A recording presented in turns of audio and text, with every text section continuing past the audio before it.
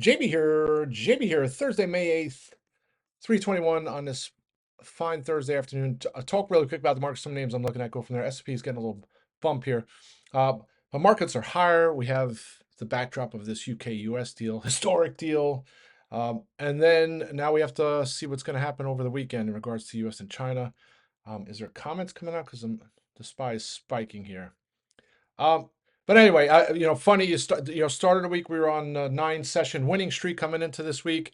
Monday was a rough session. Tuesday was a rough session, and then Wednesday you could have made the case, especially if you're bearish, that hey, this is a chance for the markets to start to resume its downtrend, and it's been anything but since. Right, we were 1.9% off the lows earlier from the Fed day lows, and now it's just been a melt. Right, and it was almost like pretty much how I crafted on the watch list. So.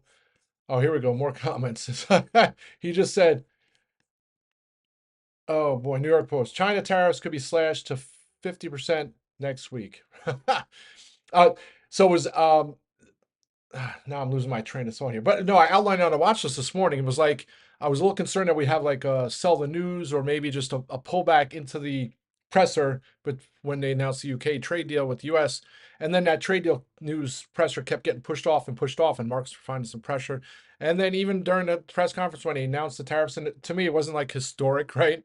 Uh, UK does what, the 2, 3, 4% of our uh, exports imports. Like it's not a big market, right? Mexico, Canada, uh, obviously the EU, China, right? Taiwan, Asia, like that. The whole area is a heck of a lot more important, in my opinion. Hey, again, I always say I'm not an economist, but to me, I was posting a chart room too. It's like a blueprint, right? Is this the blueprint for other deals? So to me, it takes some of the uncertainty about what might happen going forward, and I think it's kind of like a somewhat positive spin. So we'll have to see how things all play out this weekend. But if we start to get the deals going, maybe that at least puts a stop to the possible scenarios that put us back to the lows that we hit earlier in April. And then maybe we find some footing to be more constructive on names. That's kind of the hope. And obviously we'll get more clarity over the weekend. But solid session here. So at the start of the week, I was saying some chop, and then maybe the 200-day moving average to get tested on the SPY by the end of the week. And sure enough, we got up to 571.31 today. The 50-day moving average 570.43 on the SPY. So uh, just tough to play it, right? So premiums come out of the calls. Some of the names that I entered at the start of the week, I didn't do too much trading this week, but the chop on Monday and Tuesday killed some of the names I had entered the previous week. So outside of that, I guess I wish like you could have been like some of the bears who've been waiting for opportunities for the last 20% from the lows, right? I think the S&P was up when it hit 570. We were 19% from the lows on April 7th, whatever that day was. Uh, but you could have been all puts, right? So, and then some of these folks who've been calling it, and Hoosman was on, he always is. I don't pay attention to some of these perma bears, but he was, calling crash and he's been doing it for the last whatever years. And it's like, I don't know how you can be, if you're a bear, so you would have had to shorted pre-liberation day, and then the liberation day news comes out, and then you hold on, and then we go all the way to lows, and then what, did you sell all at the bottom? Or if you're still bearish, that means you held the whole way up, or you sold, you wait for the next day. I don't see how you play that. It's like, that's why it's important, in my opinion, to have an open mind. Doesn't mean we can't tumble from here at some point, but I think those likelihoods, those scenarios are less likely right now, pending any, craziness, right? So that's kind of the overall market. So it's a solid day here today, and also the amount of stocks trading over their 50-day moving average spiked on the S&P. It's not at levels we've seen since December 9th, right? So last year. So pretty remarkable stuff. I mean, the saying, right? The trend is your friend. And right now, if you look at the moving averages on the S&P, the trend is to the right and up. So until that changes, I'll continue to be open to adding hedge positions if there are breaks of support. But for now, I'll just continue to do lottos, shorter dated strikes, unless I have conviction some longer dated names, and go from there. So that's kind of the overall market. And then individual names, I think this time yesterday, Deckers was at like 119, and I would not be surprised to see Deckers 130 by the end of the week. And sure enough, it was up over 5% earlier. I was able to close some of my spec calls out for over 100%. I held the rest into tomorrow. Call me crazy. I think it gets bid up into the end of the week. It could be over 130 tomorrow. If I had that as much conviction in that as 100% conviction in that, I would add more strikes. But I'm happy with what I have.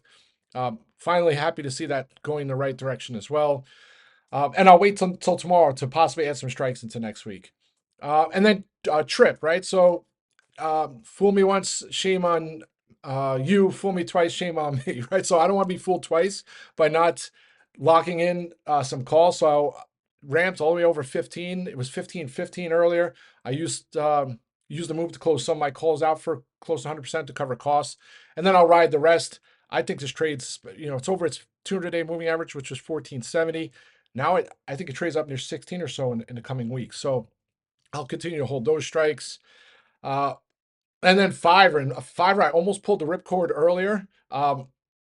Just because I figured once it started breaking 30, it would take off, and it hasn't done that. And it seemed like it found a wall. So it was stuck at 30 from 12:30 to pretty much 2 o'clock. Maybe tomorrow's the day. So if it doesn't break out tomorrow, I'm going to probably close the rest of the May strikes and then maybe revisit. They were solidly green earlier. They're pretty much flat right now. So disappointing, even though it's solidly green again today on the heels of its pretty much 9% move yesterday. And then other names I'm watching. Reddit, I keep watching. It's almost like a waste of energy, and you only have so many tickers to watch and so little time. So some tickers I have on the main streamer that I'm watching all the time, and that's been one of them the last couple of weeks. And it's like maybe I should take it off to watch the main streamer. But then again, that's probably the time it really starts to go. And similar, like take a look at PM today. So I got those PM calls yesterday for all-time high break, right? And I thought continuation 180 next week. And then today, all the way down to 170. No news, no catalyst. And it's like I stared at it Monday, Tuesday, talked about it, and then I finally pulled the trigger, and then it's having it's not its worst day yet. I'm only down 1.6%, but in context of how it's typical volatility, this is a big move for it. So still like PM. But in regards to Reddit, maybe tomorrow's the day. So I tried the Reddit lottos last week. I was able to cover some to cover the cost. Maybe I'll revisit again tomorrow for lotto, especially as premiums come down. Other names, so huge earnings after the close, right? I think it's Coin. What are the other names? Of course, I don't have it up here right at the moment. HubSpot, TTD, I think DraftKings. But anyway, TTD looks interesting, right? It's been a volatile name, and it got destroyed back in the middle of February on like not so bad numbers. Just that the company has been kind of like averting guidance for a while, and then all of a sudden it just came to bite them in the foot. So I have to watch. I don't know if I'm going to trade that one. I mean, there's only 30 minutes to the close, so I'll probably pass on that one. Other names. Oh, Wayfair, right? Wayfair is 33.90 here to the high of the session right now. I still have some of the 35s left. I was able to lock some of those in and with some small profits last week. I don't know why I couldn't rally Monday and Tuesday and do this on Monday, Tuesday, so I have plenty of time. But I think Wayfair is another name similar is going to run into the end of the week. And Restoration Hardware up nearly 5%, but it was pretty much, it hit 199 earlier today, but it was $200 on Friday, and then it chopped around Monday, Tuesday, Wednesday. Kind of disappointing there too, but I don't want to have some kind of headline shake things into tomorrow. And who knows? I mean, the market's up a lot from the Fed low yesterday, so maybe we have a little red open tomorrow, and then that might be an opportunity for some bounce plays. So I'll probably just sit on my hands. But RH is another name I might do some spec lottos on tomorrow. And Wayfair 3407. Hopefully that gets over 35 here.